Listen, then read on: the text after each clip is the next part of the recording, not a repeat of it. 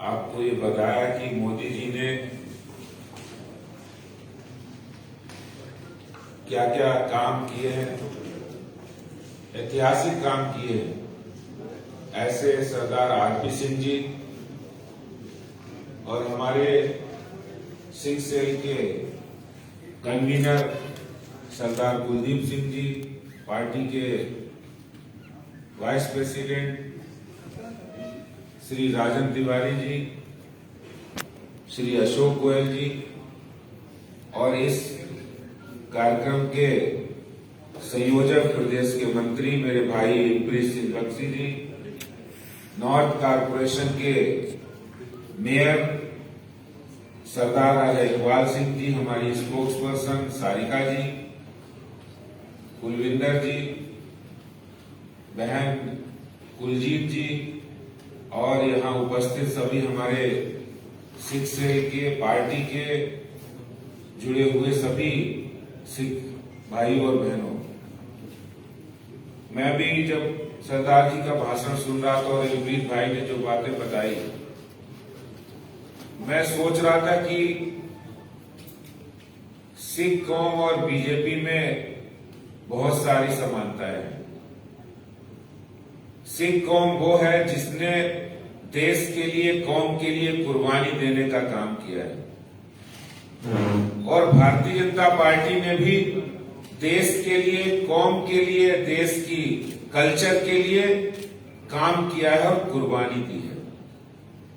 तो जो ये समानता है, वो समानता आज नरेंद्र मोदी जी ने अपने कामों से और इससे पहले अटल जी ने भी अपने कामों से दिखाई है। आज जो नमो ऐप का कार्यक्रम रखा है, इसका उद्देश्य है वास्तविक चीजें, वास्तविक बातें, असलियत नीचे जानी चाहिए। ऐसा ना हो कि कोई हमारे आगे पर्दा डाले और अपने हिसाब से बातें बताए और वो बातें गलत तरीके से नीचे पहुंचे और उसकी वजह से कोई भी समाज के अंदर कोई ऐसी भावना आए कि मोदी जी क्या कर रहे हैं। और जो अंत में आरपी सिंह जी ने कहा कि ये नमो ऐप एक ऐसा अभियान है जिसमें हम देश के प्रधानमंत्री जी के साथ रूबरू हो सकते हैं, बात कर सकते हैं, अपना मैसेज उन तक पहुंचा सकते हैं। कोई ऐसा प्राइम मिनिस्टर, प्रेसिडेंट नहीं होगा जो देश की जनता के साथ डायरेक्ट कांटेक्ट में, डायरेक्ट मैसेज में आ सके, जिससे कि हम उनके साथ संवाद करें। एकमात्र ऐसे प्रधानमंत्री है और उन्होंने बड़ी हिम्मत के साथ इसमें काम किया है। मैं एक फीचर इसमें बताऊंगा।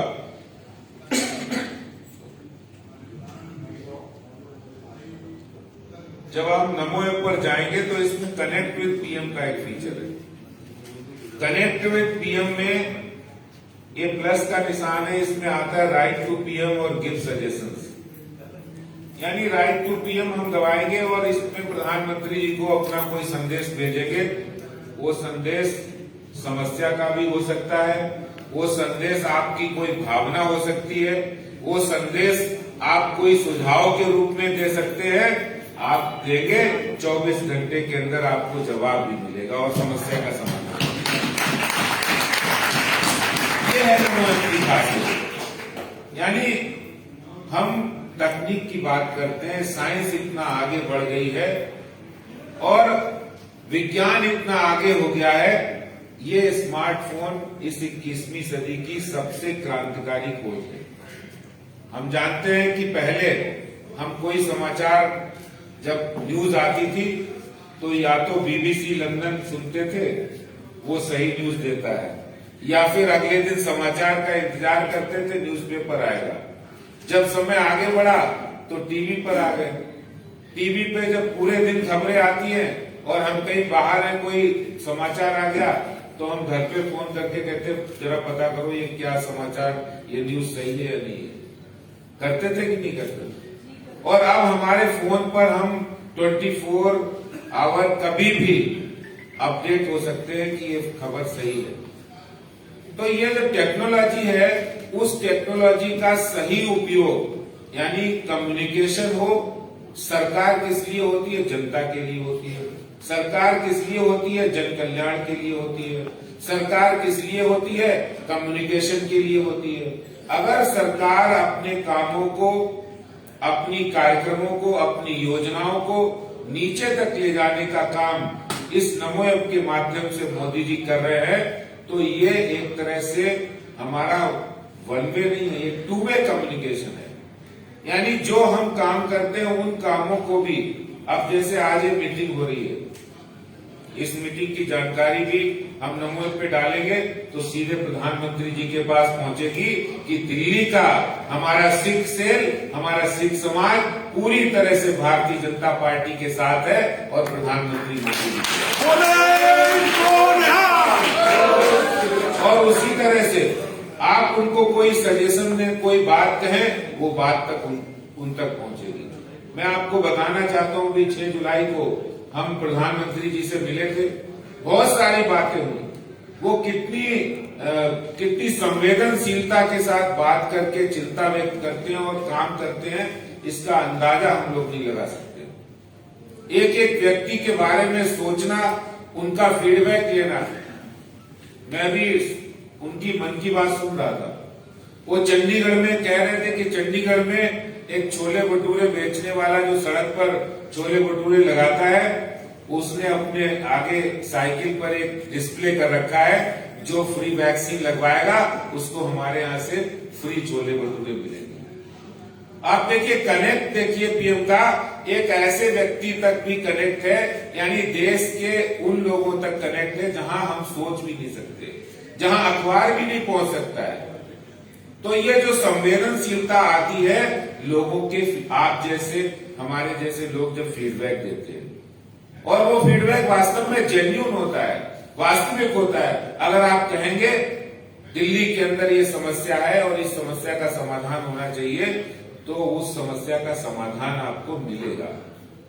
अगर आप कहेंगे कि ऐसा होना चाहिए, किसान आंदोलन पर बैठे हैं, ये ऐसे हमें इस योजना, इस आंदोलन से निपटना चाहिए, ये समाधान देंगे, तो वो समाधान वहां तक पहुंचेगा। और मुझे लगता है कि कोई भी सरकार, अगर देश का मुखिया, प्रधानमंत्री इतनी संवेदनशीलता के साथ अपने लोगों के साथ कनेक्ट होना चाहता है, संवाद करना चाहता है, तो मुझे लगता है कि इससे अच्छा कुछ नहीं हो सकता।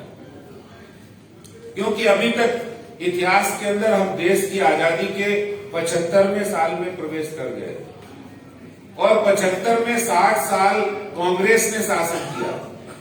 और मैं आपको ये भी याद दिलाना चाहता हूं, कांग्रेस के शासन में एक प्रधानमंत्री हुए थे राजीव गांधी जी। उन्होंने मंच से कहा था, हम आपको 100 रुपया भेजते हैं, आप तक आते आते वो सिर्फ 15 रुपया है। यानी 85% रुपया जो हम भेजते हैं वो भ्रष्टाचार के, बिचौलियों के, कांग्रेस के नेता और अधिकारी उसको अपनी जेब में रख लेते थे। बाद में मोंटेक सिंह आलूवालिया जो आरबीआई के गवर्नर थे, उन्होंने राजीव गांधी की स्पीच को रेक्टिफाई किया था। उन्होंने कहा कि हम 85 पैसे नहीं, 86 पैसे ये करप्शन की रेट चलते हैं। ये ऑन रिकॉर्ड है। राजीव गांधी जी ने एक रैली में कहा था, उसको मोंटेक सिंह आलूवालिया जी ने, बाद में आरबीआई के गवर्नर थे, उन्होंने कहा कि 85 पैसे नहीं, 86 पैसे करप्शन की रेट चलते हैं। आप सोचिए, जिस देश के अंदर सरकार का पैसा जो जनता के लिए, जो सड़क बनाने के लिए, जो पुल बनाने के लिए, जो अस्पताल बनाने के लिए, जो स्कूल बनाने के लिए खर्च होना चाहिए, वो पैसा उन्होंने करप्शन की भेंट। मोदी जी ने आते ही क्या किया? प्रधानमंत्री जनधन योजना खोली।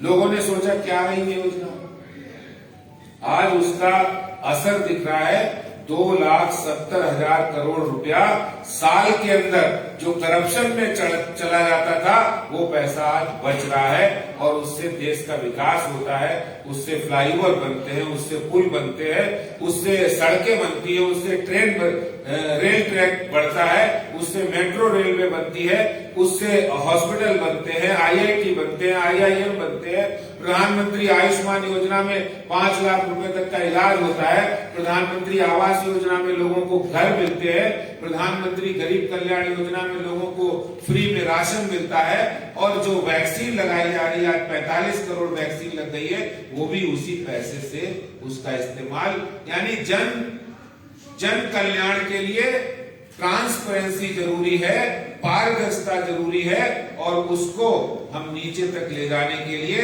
जन संवाद जरूरी है।